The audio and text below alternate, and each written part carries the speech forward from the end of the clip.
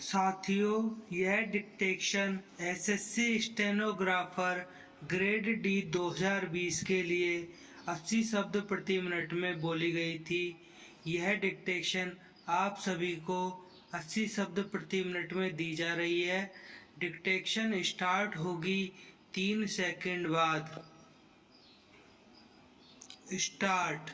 माननीय सभापति महोदय, मैं आपका बहुत आभारी हूँ जो आपने मुझे इस बिल पर बोलने के लिए समय दिया है। यह जो बिल सहकारिता समिति को एक समिति में भेजने का निश्चय किया गया है, जिस पर कल से बहस हो रही है, उस पर मैं आपके आदेश से कुछ कहना चाहता हूँ। श्रीमान, इस बिल को देखा जाए तो यह समझ में आता है कि यह कोई नया बिल नहीं है, बल्कि जो सन 1912 का कानून है उसी की लाइन पर बनाया गया है और कोई नई बात नहीं रखी गई है। श्रीमान, इसमें सहकारी खेती की बात रखी गई है। अगर यह कहा जाए कि यह कोई नई बात नहीं है तो गलत नहीं होगा। जहाँ तक सहकारी खेती का संबंध है तो उसकी तरफ जनता और विशेषकर किसानों का बिल्कुल कोई झुकाव नहीं है और उनका झुकाव न होने के कारण उन्होंने उसे उस सीमा तक नहीं अपनाया जितनी सरकार को आशा थी। श्रीमान, आपको मालूम होगा कि नागपुर कांग्रेस में यह प्रस्ताव पास हुआ कि सरकारी खेती कराई जाए। पूरे देश में इस समय इसका जोर चल रहा है और इसको लाने के लिए न मालूम कितने ही रूप रखे गए हैं। यह कहा गया है कि इसके अंदर कोई जोर नहीं है। अभी एक माननीय सदस्य कह रहे थे कि राजनीतिक पार्टी के लोग यहाँ पर सहकारिता के संबंध में कुछ कहते हैं और बाहर किसानों से कुछ और ही कहते हैं। वे किसी से यह भी कहते हैं कि तुम्हारी जमीन छिन जाएगी। मैं यह निवेदन करना चाहता हूँ कि जो यह कहा गया है और किसानों के अंदर जो भावना पैदा होती है वह इस बिल से साफ स्पष्ट होती है कि वह गलत भावना नहीं है।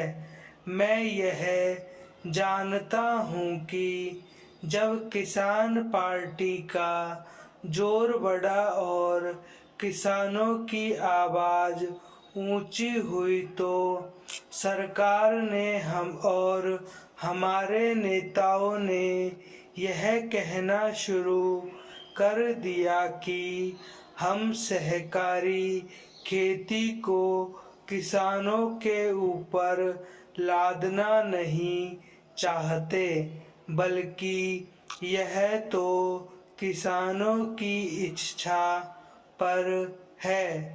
लेकिन इसके साथ ही साथ एक बात मैं पहले भी निवेदन कर चुका हूँ और फिर भी निवेदन करना चाहता हूँ कि नेताओं का अपना विचार होना चाहिए। किसी सभा में जब यह कहा गया कि यह जो सहकारी खेती शुरू की गई है, यह तो अंत में सामूहिक खेती की तरफ ले जाएगी। माननीय सभापति महोदय, उन्होंने साफ कह दिया कि अगर सामूहिक खेती होती है तो इसमें भी मुझे कोई आपत्ति नहीं है। मैं यह कहना चाहता हूँ कि इस बिल को देखने से यह साफ स्पष्ट होता है कि उस सहकारी समिति के जितने सदस्य होंगे वह अपनी अपनी जमीन को एक साथ कर लेंगे और अगर समिति से निकलना चाहेंगे तो एक साथ अधिक जमीन उसको नहीं मिल सकती है।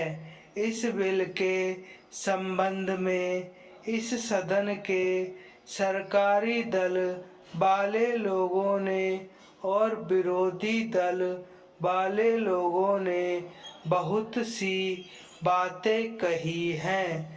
जैसा कि यह बिल है, इसको अभी समिति के सामने विचार के लिए जाना है और वहां से विचार होने के बाद यह इस सदन के सामने फिर से विचार के लिए पेश किया जाएगा। तब माननीय सदस्यों को पूरी तरह से यह अधिकार होगा कि जहां तक इसमें दी गई बातों का संबंध है उसमें परिवर्तन ला सकते हैं या उसको हटा सकते हैं। कल से जो बातें हो रही हैं वह सब नोट की गई है और मैंने बहुत सी बातों को सुना है। इस समिति में उन सब बातों पर विचार किया जाएगा। बहुत से माननीय सदस्यों ने इस तरह की बातें कही हैं, वह बहुत आवश्यक मालूम हुई है और जैसा कि मैंने कहा है उन पर विचार किया जाएगा। जहाँ तक सहकारिता का संबंध है, चाहे सरकारी दल वाले माननीय सदस्य हों, चाहे विरोधी दल वाले माननीय सदस्य हों, सबकी यह मांग है कि जब हम जनता के राज में विश्वास करते हैं और अपने यहाँ जनता का राज स्थापित कर लिया है और जबकि देश में गरीबी है और उसका गलत लाभ भी उठाया जाता है, तब सहकारिता की बहुत आवश्यकता है। इसको रोकने की आवश्यकता है। यह सभी लोगों की राय है। जहाँ तक इस सहकारी बिल का संबंध है, बहुत से माननीय सदस्यों ने बहुत सी बातें इसके संबंध में कही है। मैं सब बातों का विस्तृत में तो उत्तर नहीं दे सकता हूँ, लेकिन मैं थोड़े में विशेष बातों का उत्तर देने का प्रयत्न करूँगा। जैसा मैंने अभी कहा, जब हमने अपने यहाँ जनता का राज स्थापित किया है तो हमें अपने समाज के ढांचे को बदलना पड़ेगा। हमारे यहाँ गरीबी और अमीरी चली आती है। हमारे देश में एक गहरी खाई चली आती है और आज भी समाज में गलत लाभ उठाया जाता है।